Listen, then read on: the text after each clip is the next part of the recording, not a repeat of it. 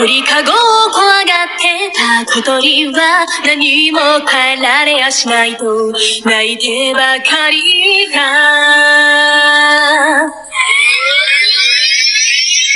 閉じ込められていたのは心、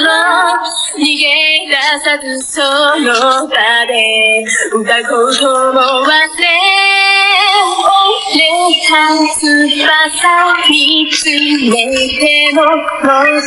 にはもう戻らない。この手